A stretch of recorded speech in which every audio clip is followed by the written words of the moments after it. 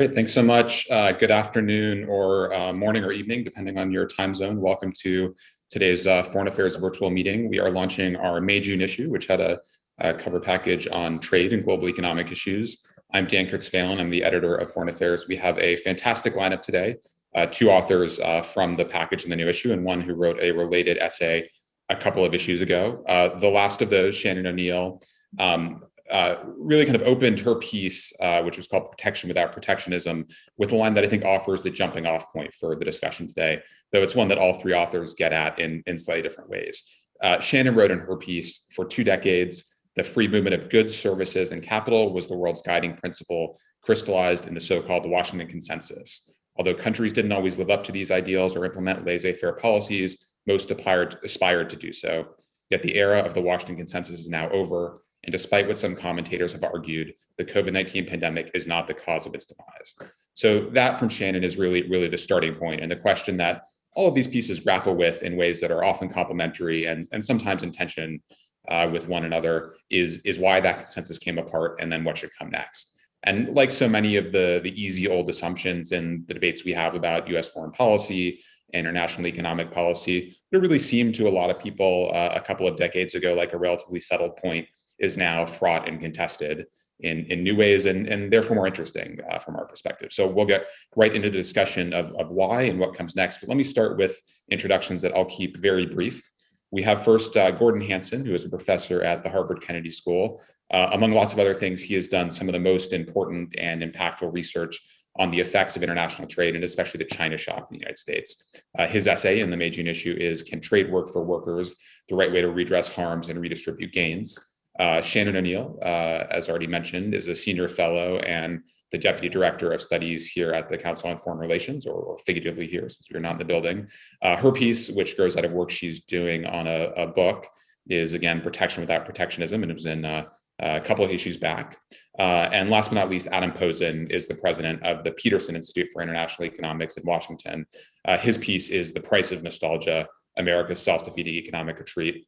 All very well worth reading, as are the others in the package, if you haven't already, but we will jump right into discussion, which will cover some of what's in the piece, but also bring it up to date a little bit. And I want to start with something that none of the pieces really covered, because all of this came a bit after all of you had finished, or in Shannon's case, a few months after all of you had finished.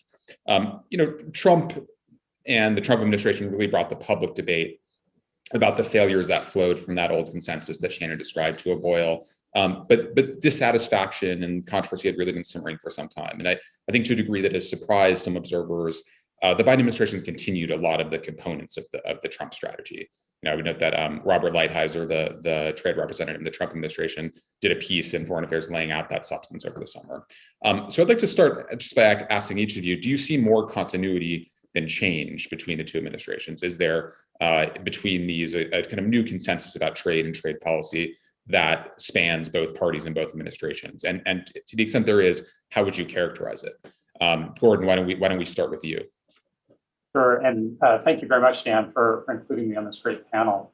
I don't know if we want to call it continuity, because it's not as though the Biden administration is endorsing Trump administration positions, but we're not seeing concerted action that tells us exactly what the Biden administration stands for. So for the time being, we're going to presume that even though Biden was promising a sharp turn, what we really have right now is soul searching in terms of figuring out, how does the U.S. engage China? How does the U.S. think about the WTO on the one hand? And on the other hand, how do we deal with regions that have been left behind as a consequence of globalization and technological change? We don't have clear answers on any of those issues as it stands now. I will press you a bit later on what the answers to this question should be, but first I'll go to Shannon for your take on that question. Well, pleasure to join you all, and thanks for having me.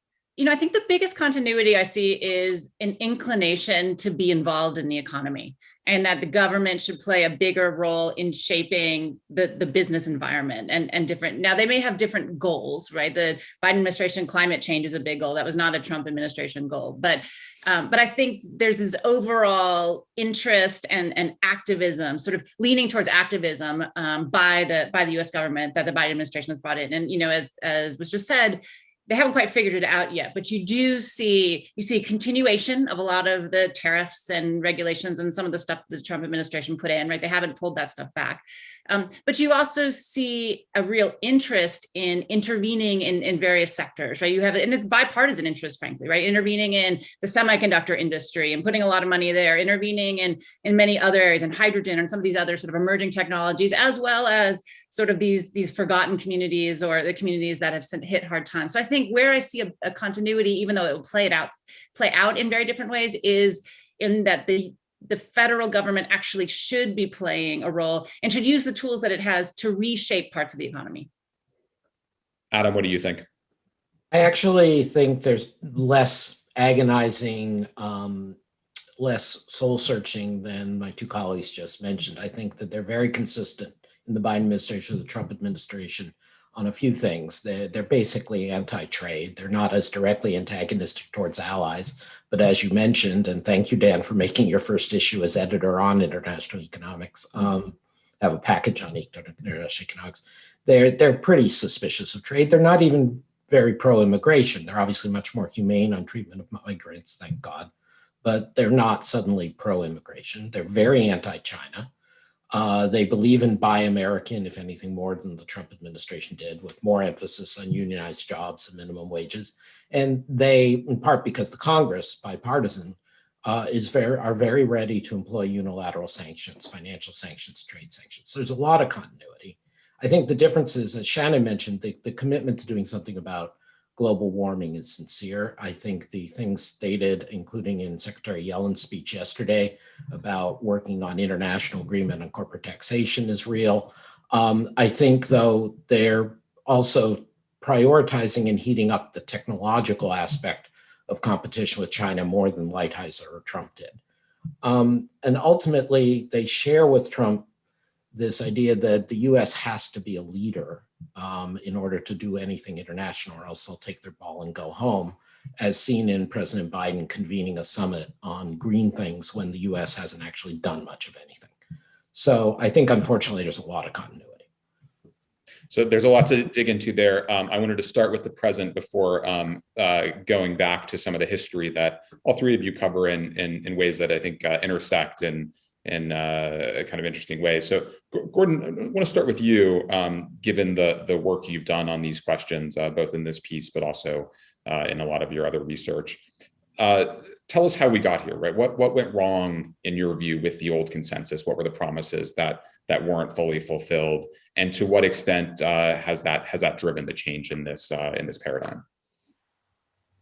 Mistakes really began in the 1990s when as Shannon talks about, the Washington consensus kind of was fully accepted by that moment in time. Globalization was oversold and globalization was missold. Globalization's been a good thing for the world. It's been a good thing for the United States. But when President Clinton signed on to NAFTA, he promised that we were going to have greater national security, we were going to reduce immigration, we were going to improve the environment. He was promising everything as a consequence of trade deals. Trade deals can't do all those things. Trade deals can make us better on the margin, but they aren't going to be transformative unless we've got other things going on in our economy that help generate productivity growth and innovation. But what globalization does do is it causes concentrated pain in certain places. And that's what we weren't prepared for. And it's not just the China trade shock, it's the confluence of events, including the decline of coal, the broader energy transition, the impact of automation that had disproportionate effects on places that were primarily small and medium-sized towns that had come into their own in industrial America of the 1950s, 60s, and 70s. And when the tide turned, it turned very quickly. It caused concentrated job loss that built on itself, creating a self-reinforcing cycle of economic distress. And even though in the aggregate, job loss isn't a big deal, when you look at the pain that was felt and the disruption, it was a big deal in specific places. And those are the places that we've been hearing from for the last number of years. If you could go, I want to get to Adam on this question because there's a kind of interesting tension between your views, but if you could go back, Gordon, and and advise the Clinton administration, say, on how to both prepare for the effects of NAFTA and China's WTO entry, but also to describe it in a way that would manage the politics and manage some of the fallout differently. What would you do? Right? Was this inevitable, or was there a different way to handle some of those choices that would have fundamentally changed this? The major flaw in the policies at the time is that something the folks at that time did not appreciate, and that is how labor markets adjust in response to big declines in the demand for labor. We had thought that when you get concentrated job loss, workers will just move, and the economy will seamlessly adjust, as it seems to have for decades. But what we've since come to learn is that non-college educated workers, by and large, don't move in response to concentrated job loss in a particular place. So the primary thing I would have urged folks to do was to treat localized job loss like we treat job loss during severe national recessions. Take care of folks to put money in their pocket, and then think about getting them re-engaged through sectoral training programs, through rebuilding post-industrial communities by trying to redevelop brownfield sites, and trying to revive local business rather than going after trophy firms via tax breaks. Revive local business by relaxing the constraints that are preventing them from growing. So, Adam, the way you tell this history is there are some similarities, and there's basic agreement on some of the facts, but your emphasis is quite different, and your diagnosis is different. So, give us the diagnosis as you see it. Thanks for that. And actually, I do disagree on some of the facts as well. The reality is that the U.S. has been withdrawing from globalization on a host of measures, on trade openness, on immigration, a number of trade deals, on obeying international commitments, on capital flows, including inwards investment, on all of these measures for roughly 20 years. It varies a little from measure to measure, but basically since 2000, we have been going backwards. And we're not only going backwards on these measures, but we are going backwards compared to the other rich economies in the world. Even economies thought of as largely closed, like Japan or Italy, have opened up much more over this period, while the US has moved sideways and gone backwards. And I also think that while Gordon and his co-authors have done some incredible work identifying and looking at the dislocation in very localized places where there was a major employer or industry lost, this is actually, to me, is a misrepresentation of what's important, because the kinds of dislocations we're talking about occurred to lots of other people. So African Americans, when there was white flight from the major cities, had massive job loss in localized places. Women, particularly single women who had moved to urban centers for opportunities, had massive job loss when there were changes in secretarial industries and other industries.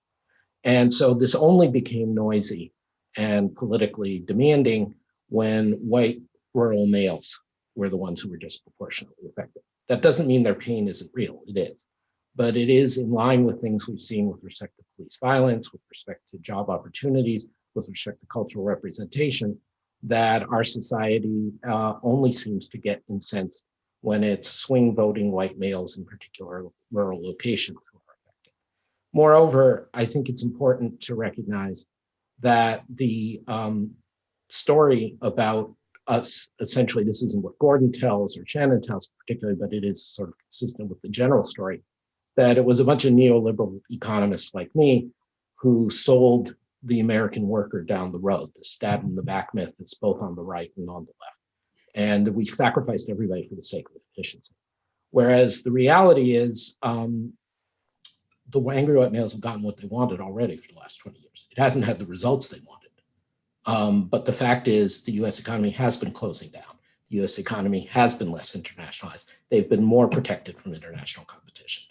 And it hasn't worked. Now, it's partly it hasn't worked politically, and it's partly it hasn't worked economically. But the story that we somehow forced or missold globalization is wrong, because actually we haven't done very much globalizing. Shannon, I want to go to you in 1 second on a particular dimension of this that I think is very central to the foreign policy debate. But first, Gordon, do you want to respond to any of that disagreement? I want to give the two of you a chance to engage on this. So even if you stop the world in 2000, by 2000, China's accession to the World Trade Organization was a fait accompli. That was a major shock to the system. Now, in terms of why do we care about job loss that's as a result of the China trade shock? When the model that David Otter, David Dorn, and I have taken to understand the adverse consequences of concentrated pain and disruption comes exactly from the experience of American inner cities in the 1960s, 70s, and 80s. And that's the work of William Julius Wilson on When Work Disappears. It's the absence of work that creates these cycles of despondency. So there is a fair amount of continuity there. Adam is right that the China trade shock, among the decline of coal, the decline of steel, has shifted the geography of where those shocks have hit. And it may have taken those shocks for us to appreciate the underlying dynamics at work. But they were not ones that were on policymakers' radar screens at the time that trade deals were negotiated. And as a consequence, folks weren't prepared for the sort of pain that was coming. If I could just go back a little bit on Gordon, two things. First is, these things weren't on policymakers' screens, but they were on a number of even so-called neoliberal economist screens. There was, you can go back to Danny Roderick before he turned to totally anti-globalization, including our stuff he published with us at the Peterson Institute. We were already pointing out that the US didn't have the welfare state that Western Europe or many other places had. And so at some level, yes, this was recognized. And again, that doesn't take away from the pain, and it doesn't take away from what Gordon and co-authors identified, but we should be very clear that this tale that it was the blindness of the policymakers as opposed to the willful conservatism of reactionary conservatism of American politics, I think is wrong. I think it's because of that. And then the second point is, again, we talk about scale. Otter, Dorn, and Hanson, and there have been various back and forths, and they've defended their work very adroitly. They have an estimate roughly of 2 million jobs lost by China's succession to the World Trade Organization over a 15-year period. There are arguments about where that's the right number. There are arguments about what other jobs are created, but let's just take that as read. There's 2 million jobs lost. The American workforce is over 150 million people. 60 million people change jobs in a given year. Say half the 60 million jobs are separations are voluntary, and another few million a year in a normal year are due to idiosyncratic person. Somebody stops showing up to work and gets fired. All right, so call it 20 million involuntary separations a year versus 130,000 involuntary separations a year due to the China shock. If we're going to have a capitalist system, while I want to help these people, we cannot obsess over the fact that less than 150th of total job churn happened to be to rural white males doing heavy stuff. I want to come back to some of the policy responses in a bit. We could go back and forth on this all afternoon. But Shannon, I want to go to a slightly different dimension of this. I think one thing that accounts for the paradigm shift is that there is also a security dimension to this shift, and a concern over supply chain security. The pandemic highlighted that, but a lot of the dynamics of US-China competition have also, especially when it comes to technology or even green energy, given this a kind of security overlay that I think has helped drive this. So, you've done a lot of work on the questions of supply chains and supply chain security. Where do you think those security concerns and the geopolitical concerns that arise from them are real, and to what extent do you see that as part of this change?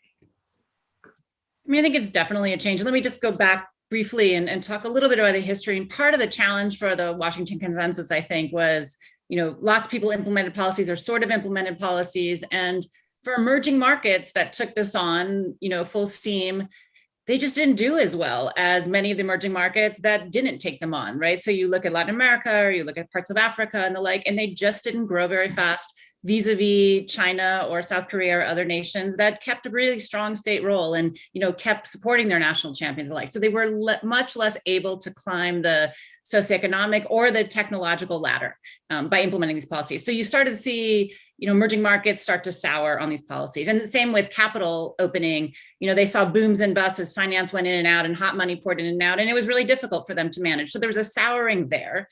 And then there was a souring on a lot of these policies, I think, on the advanced industrial economies, because it wasn't answering a lot of the questions that Gordon points to or Adam points to, in that it wasn't addressing the negative effects of automation. It wasn't addressing, sort of technological changes that were throwing people out of jobs. Some of them were privileged white men and some of them were other types of workers, but it wasn't able to, it didn't create a welfare state. It didn't deal with the kinds of issues Danny Roderick used to write about, sort of, can you soften the blow? And so, and especially for advanced industrial economies, by the time you hit, 2009, 2010, money was really cheap. So you could borrow and you could expand the role of the state. So you started to see that, and especially, before the pandemic, the last 3 or 4 years, the number of interventions by governments in trade issues, and there's a database that's out there that's collected, and they've increased fourfold. So the quantitative amount is a huge amount of governments intervening. And qualitatively, it's changed too. So where tariffs used to be the go-to mechanism, today it's subsidies. Over half of the measures that governments take around the world are subsidies when it affects international trade. So I think you've seen a huge change. And this is sort of getting to your exact question, is I think there's been a very significant shift in why governments intervene. And when you look at 20th century industrial policy, it was usually economic competitiveness, right? It was protecting infant industries. It was trying to change your comparative advantage and go from, making flip-flops to making semiconductors and funding that sort of thing. And today there are a lot of goals that governments have. So one of those goals is national security goals, right? People are worried that if a country that you're not particularly friends with is making your laptop computers or the things that hook into your electricity grids and the like, that you might be vulnerable. They're worried that the commodities like rare earths that go into everything that we're doing right now will be controlled, and you won't be able to get those pieces that make everything that powers the world that we live in today. So one is national security. These domestic equity issues, I think, are real ones. The idea, can you reshape trade so that it provides good jobs for some segment of people, politically connected people perhaps, but people. A big one that we started talking about is climate change. I think there's a real ambition around the world that governments feel like they can keep the planet from overheating. And so they're stepping in and using that tool.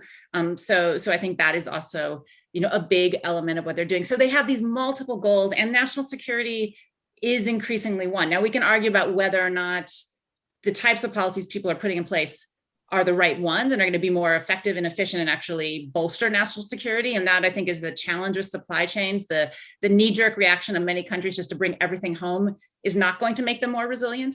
So geographic concentration is one of the, as we found out in the pandemic year, geographic concentration is one of the biggest risks for a supply chain.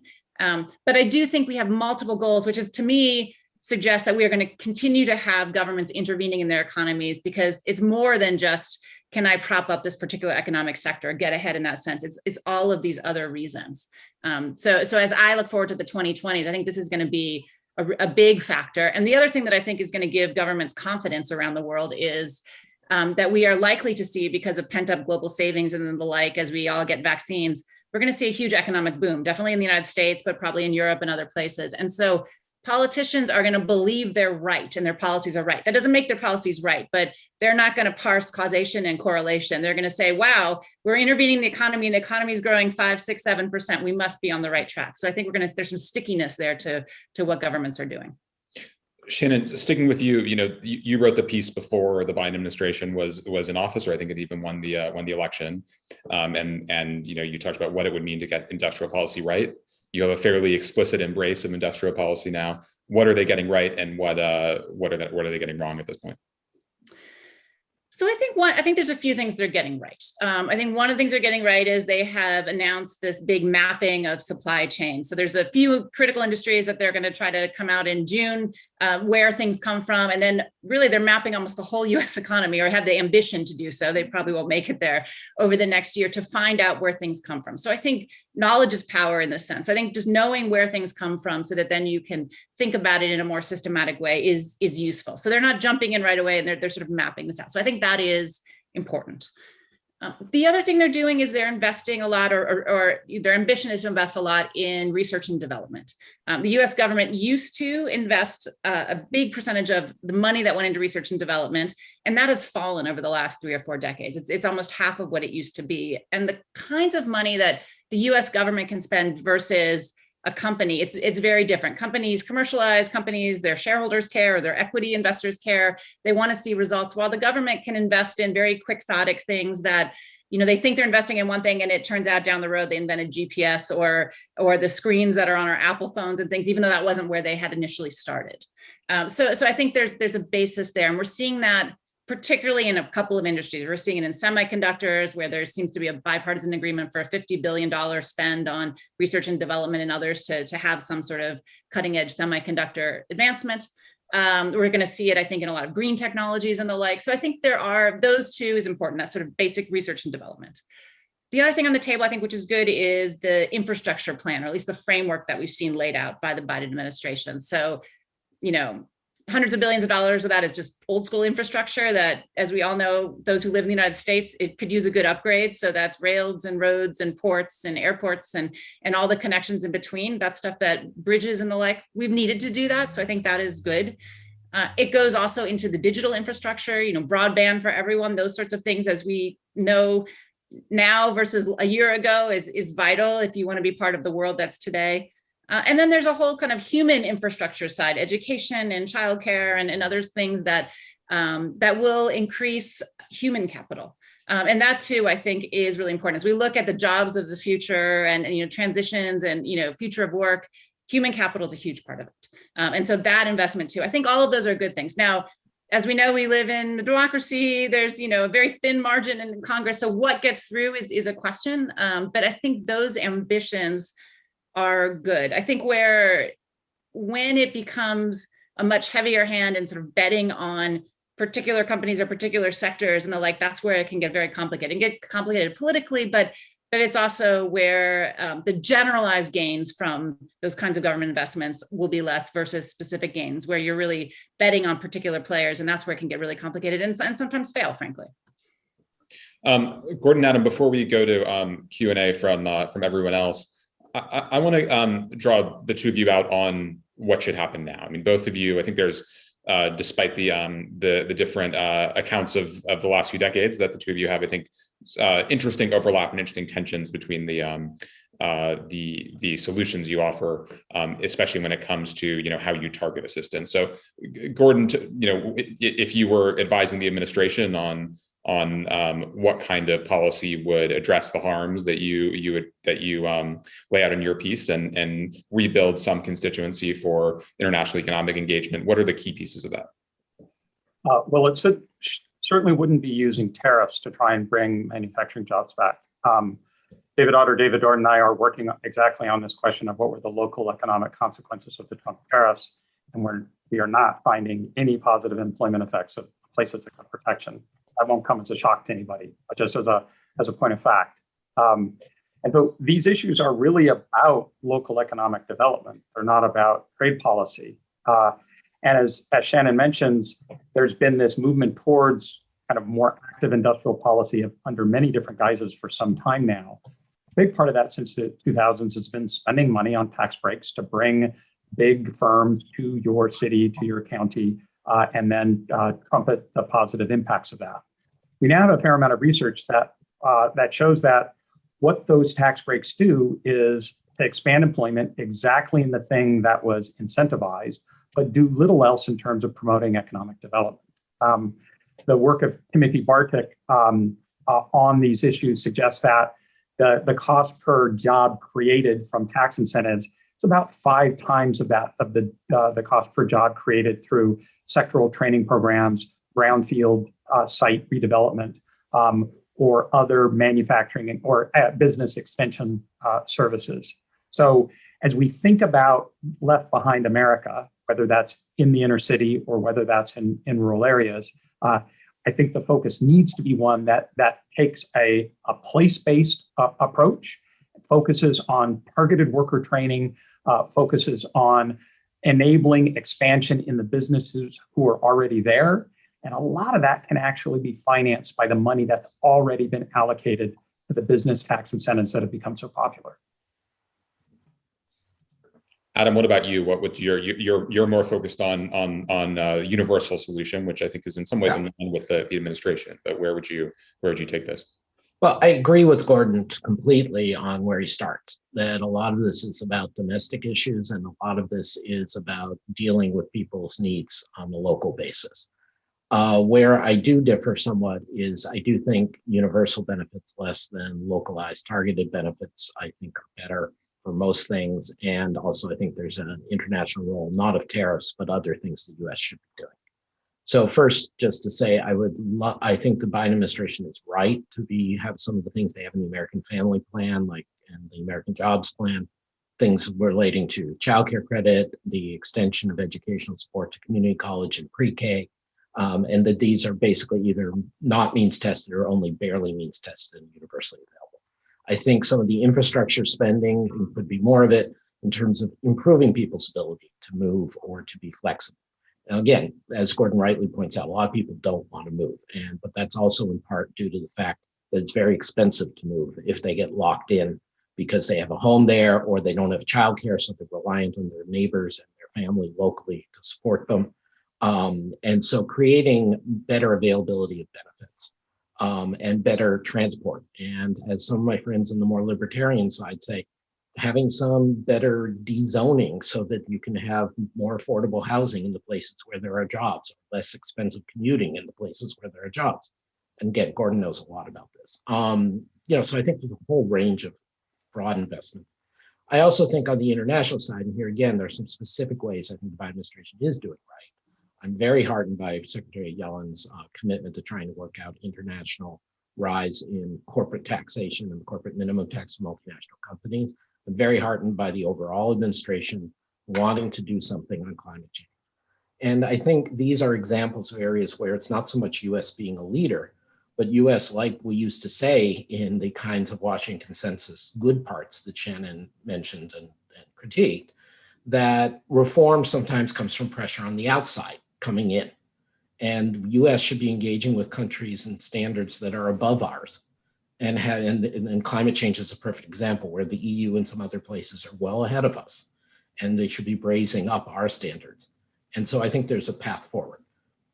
Thanks so much to all three of you for joining this afternoon and for three really fantastic pieces. For anyone on the line who has not read them, absolutely do. And with that, we will close this session. You can read the transcript on foreignaffairs.com if you want to go back and revisit any of these. Thank you all so much.